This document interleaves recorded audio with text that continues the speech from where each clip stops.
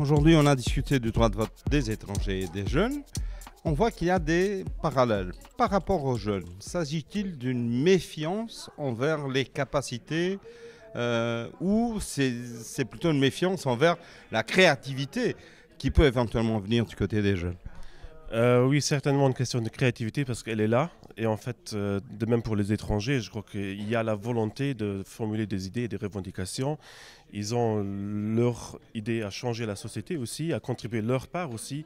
Et si on ne leur donne pas la possibilité au moins de pouvoir le faire ou de se décider de pouvoir le faire, là, je crois que là, on fait un pas en arrière ou au moins on ne fait pas de pas en avant, quoi. Comment contourner la question de la participation politique des jeunes et notamment le droit de vote qui est ressenti comme un besoin de la part des jeunes après le blocage du référendum de 2015? Contourner en quel sens? En fait, persuader au moins les citoyens de voter différemment par rapport à l'année 2015, mais aussi promouvoir une certaine culture de participation et d'échange, parce que celle-là, elle n'existe pas encore assez bien au Luxembourg. On avait aussi fait partie des gens qui revendiquaient quelque chose comme le Zentrum für politische Bildung. Donc en fait, on était très contents dès que la mise en place a eu lieu de ce nouveau partenaire en fait, qui fait partie de nos partenaires réguliers désormais. Et nous aussi, avec eux, on passera dans les écoles où on travaille aussi avec eux au niveau des comités des élèves, donc la démocratie concrète à l'école, afin de pouvoir créer une certaine culture aussi dans la salle de classe pour non seulement sensibiliser les élèves, mais aussi les enseignants. Je crois qu'il faut aussi passer par travers les enseignants qui, eux, doivent en fait vivre un peu la démarche participative aussi. Et là aussi, il y a encore du travail, mais je crois qu'on peut en général saluer le fait qu'il y a maintenant un cours qui se charge de l'éducation à la citoyenneté. Et je crois qu'on fait nos premiers pas qui sont plutôt bien, mais il y a encore du travail à faire. La conférence d'aujourd'hui et notamment votre présentation nous a permis de comprendre un peu historiquement comment ce droit de vote des jeunes et des étrangers a évolué. On a un peu l'impression que c'est parfois à des rebonds et ceux qui sont aujourd'hui des enthousiastes étaient éventuellement les plus sceptiques il y a 20 ans. Pourquoi les choses ont évolué de cette façon? Franchement, je ne sais pas. Franchement, je ne sais pas, mais je crois qu'il faudrait également peut-être relire les débats qu'il y a eu en 1919 sur l'octroi du droit de vote aux femmes et aux classes ouvrières. Et là aussi, il y a eu des voix très clairement opposées à ce droit de vote. Et moi, j'ai un peu l'impression qu'on ne fait que répéter les mêmes arguments de peur, que si on accorde le droit de vote à d'autres catégories, tout va changer. Alors que rien ne va changer. Je suis convaincu que si les non-nationaux avaient le droit de vote, les majorités parlementaires seraient pratiquement les mêmes qu'aujourd'hui. Je pense que l'exposé de M. Paul a montré, que le droit de vote a évolué à Luxembourg, en tout cas pour les étrangers, suite à l'accord de Maastricht.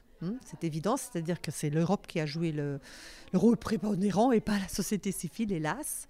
Même dans la question du droit de vote des étrangers aux chambres professionnelles, c'était également à travers la Cour de justice européenne qu'on a eu gain de cause, donc pas à travers le courage politique. Maintenant, espérons peut-être que les Luxembourgeois, en tout cas la classe politique luxembourgeoise, se rendent compte qu'il faut tout de même que ces questions soient abordées avec courage contre un électorat qui est divisé. Il y a une partie qui est positive, mais il y a aussi une large partie indécise ou pas très clairement pour, et que finalement, comme il y a eu plein d'autres sujets, comme des sujets très importants, comme même la loi sur la nationalité, où on a mis en place une loi qui n'était peut-être pas tout à fait de l'avis de tous les électeurs, mais on l'a tout de même mis en place et qu'on le fasse aussi pour les droits de vote, quitte à ce que peut-être, bien sûr, on prévoit des étapes, on prévoit éventuellement un droit de vote peut-être limité à un certain groupe, avec certaines caractéristiques, mais qu'en tout cas, on débloque cela. Maintenant, on n'en a pas parlé, c'est de la Constitution, or c'est un point essentiel. Est-ce que la Constitution va le permettre, la nouvelle ? Parce que pour l'instant, ça n'en a pas trop l'air. Et donc, on risque de voir en plus la chose davantage bloquée à cause de la Constitution. Ce qui est important dans le débat d'aujourd'hui, ce sont les électeurs.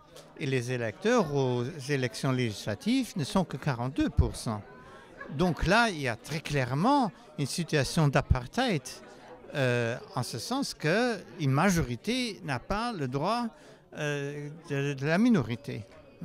Et ça, il y a quand même eu des situations semblables. Et les gens se sont battus pour avoir un droit de participation politique depuis des siècles, je dirais.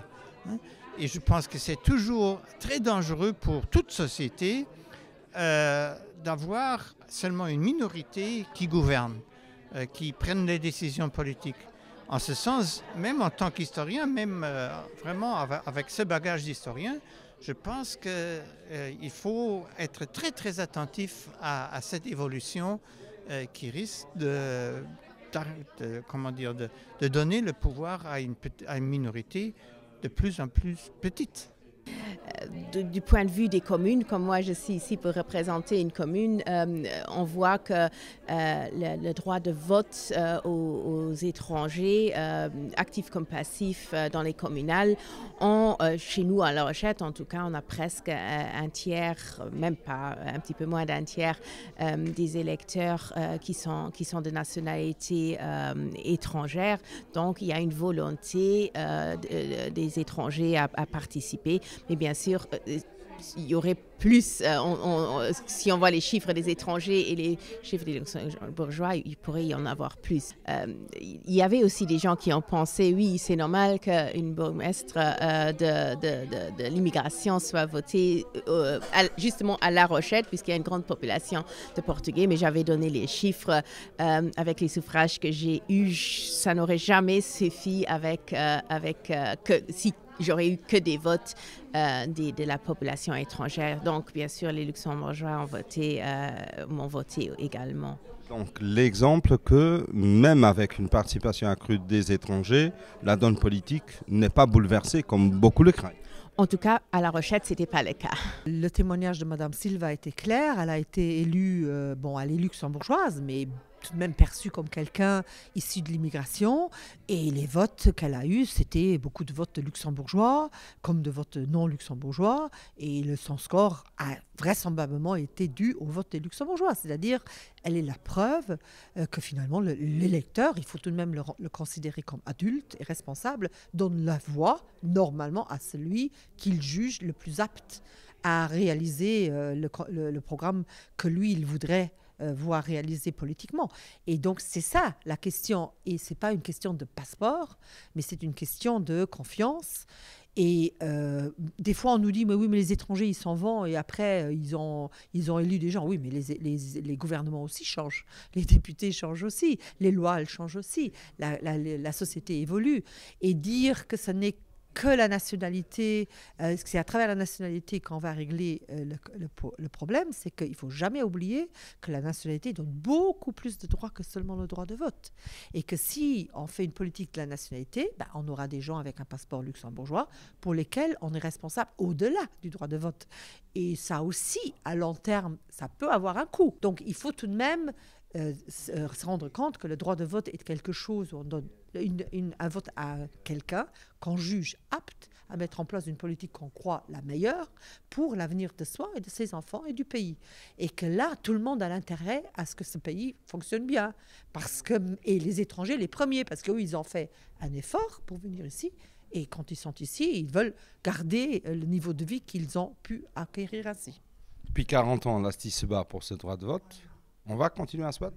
Bien sûr, maintenant on va se continuer à essayer à ce que le droit de vote se passe aussi par inscription d'office, un peu comme les Luxembourgeois, maintenant bien sûr avec peut-être des adaptations, mais ça peut être à notre avis une des meilleures pistes pour que plus de gens participent, parce que c'est qu'en montrant quand beaucoup de gens participent et que finalement ils ne votent pas différemment que les Luxembourgeois, que peut-être là aussi par cette voie-là, on pourra éventuellement arriver à une acceptation plus grande du vote national.